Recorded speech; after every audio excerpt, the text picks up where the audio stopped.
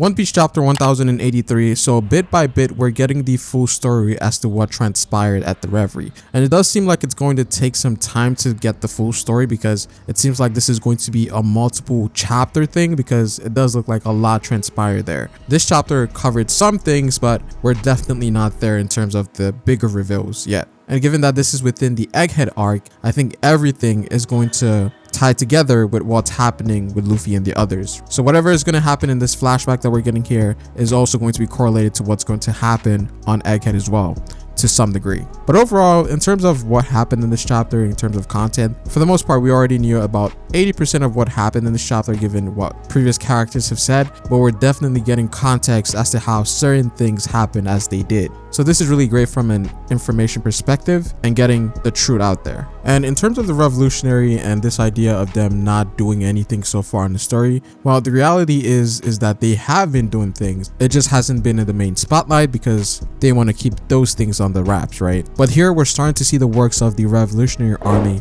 really start to fruition, and in a more dangerous way than anyone can expect, because what Dragon is doing is actually more dangerous than just being a pirate, and we'll talk about that more in detail later in this video. But before I keep going, guys, I'd appreciate it if you dropped a like on this video. Let's go for 500 likes as usual. Subscribe if you're new here and hit the bell if you want to get notified for more content. Now, the chapter starts off with Sabo explaining what exactly transpired at Mardra, and he explains here that they actually accomplished everything that they set out to do, which was declaring war against the Celestial Dragon. And they did this in 3 ways. The first thing was to destroy the symbol that represents the Celestial Dragon. The second was to rescue Kuma and save as many slaves as possible. And the third was to find the Holy Land's food reserves. And this is really interesting because everything they did had a very powerful effect on the world, and which has definitely benefited the Revolutionary Army in the long term, because by destroying the symbol, you're essentially smearing the name of the Celestial Dragon and essentially telling the world that these people can be touched. Freeing the slaves also served to bolster the Revolutionary Army in some sense. Now, not all of them are going to join, but they would be more willing to join the cause to fight against the world government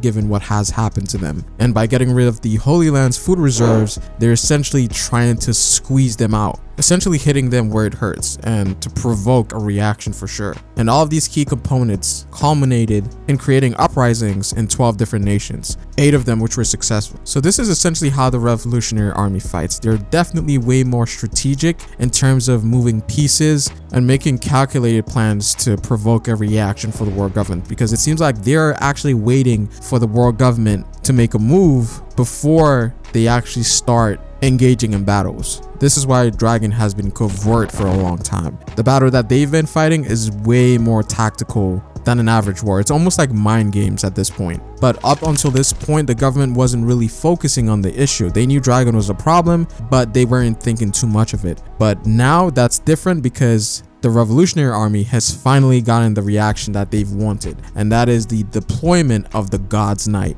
Now, the God's Knight was actually something that was mentioned back in chapter 1054. I believe that was when Green Bull was in Wano, but it essentially told us that these guys were responsible for disputes between 2 Celestial Dragons, and at that point we weren't sure what to think of them. But one thing we knew for sure was that they were definitely a new faction within the world government that we weren't aware of up until now. But essentially, Dragon states that the real battle starts when they mobilize the God's Knight, which has happened because of the rebellions that have taken place over the world in those 8 nations. 7 in this case because Lucia was completely annihilated. And of course, the #1 target is going to be Sabo because, again, Sabo has a lot of clout right now, so that's the main person that they're going to be focusing on. And based on how Dragon is talking about the God's Knight, it seems that they are very, very powerful individuals. Now, in terms of where they're going to rank within strength, I am not exactly sure, but it seems like these guys are enforcers of the Celestial Dragons, and they appear to be completely separate from CP0, because a lot of people thought that the CP0 was the only faction within the world government, but that doesn't seem to be the case. And currently there's a theory of people thinking that one of these people is Shanks, because when you look at the silhouette, there seems to be someone that has a very Shanks looking figure,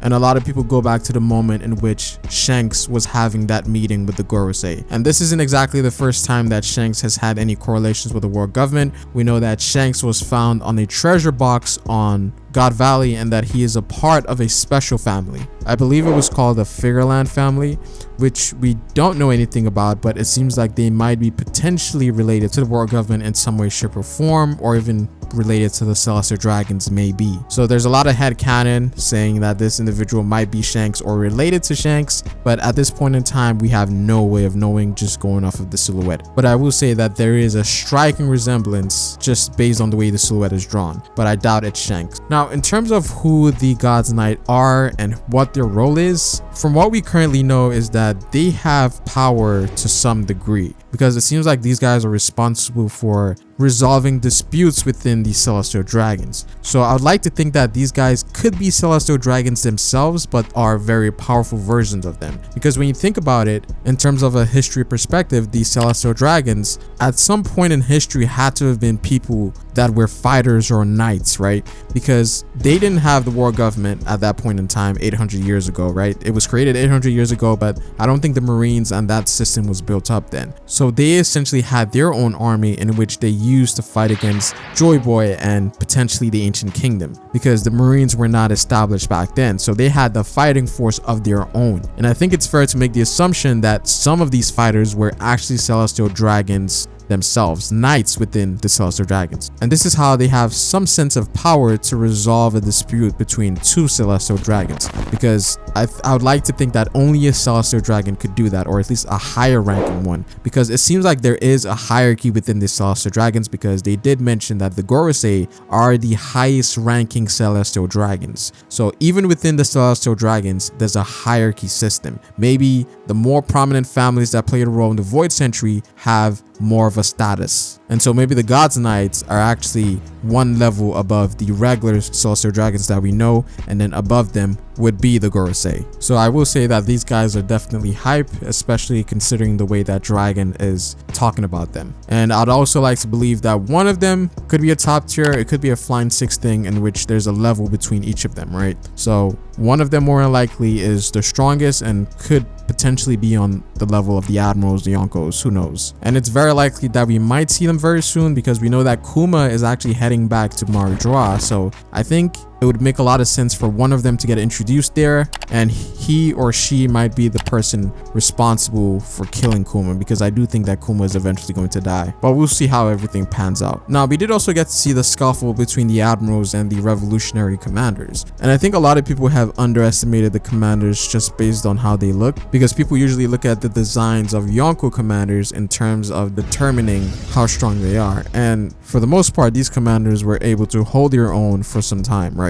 And they also happen to be exceptionally great matchups for Fujitora and Green Bull, on top of the fact that Fujitora and Green Bull could not use the full extent of their abilities because that would destroy Maridra. So they couldn't do much here, and they were dealing with these guys with somewhat troublesome abilities. And I think one of the more cooler abilities is Karasu. Now, a lot of us sort of assumed that he had some sort of crow mythical Zoan or something of that nature, maybe a Paramecia, Odin, the Odin's crows or something like that, but in reality, his ability is the Suit Fruit, and he's essentially a Logia ability user. Now, we're not sure, he could still be a mythical Zoan or a special Paramecia, but it's looking like a Logia because he has the intangibility. But Suit is essentially carbon powder or dust, and so it seems like he's able to manipulate it into any shape that he wants. But given that his theme is crows, that seems to be what he likes to manipulate the shape of his suit into. So it is a very cool like ability, and it seems like Oda is highlighting more Logias as we progress into the story,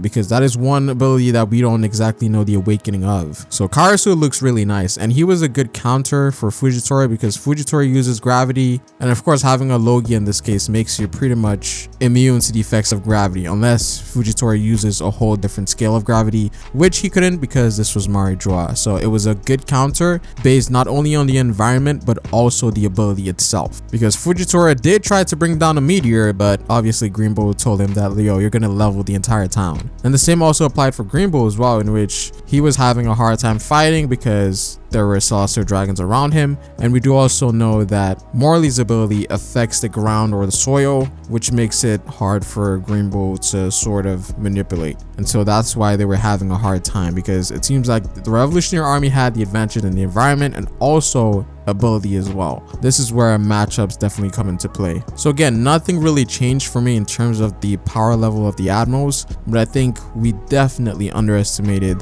the strength of the revolutionary commanders, because this was something that was actually highlighted in the chapter. Now, it does seem like we are going to get the conversation that Cobra had with the Gorosei, because that's where the chapter ends off at. But it definitely feels like some sort of confusion happened after the fact, because there is a photo of Cobra and Sabo, and it's pictured in a way that makes it seem like Sabo killed Cobra, and that was the headline that was reported on the news. So in some way, shape, or form, Sabo got involved with Cobra and the Gorosei, and that's how everything sort of led to the situation that we're having right now. So I'm actually looking forward to this conversation that Cobra is going to have, because it could reveal, there could be massive reveals there, given the individuals that we're talking about here, as they are deeply rooted to a lot of the ancient lore within the One Piece world. And it seems like Cobra definitely spoke about something which he shouldn't, because we know the outcome of all of this. So I'd like to believe that there is a big reveal here. And obviously, how does this tie all together? And I feel like we might get a face reveal for Emu. There is a possibility that that could happen as well, because again, we're in the end game, and I feel like something should be revealed right now. But that's pretty much it for this chapter, guys. I'd appreciate it if you dropped a like on this video.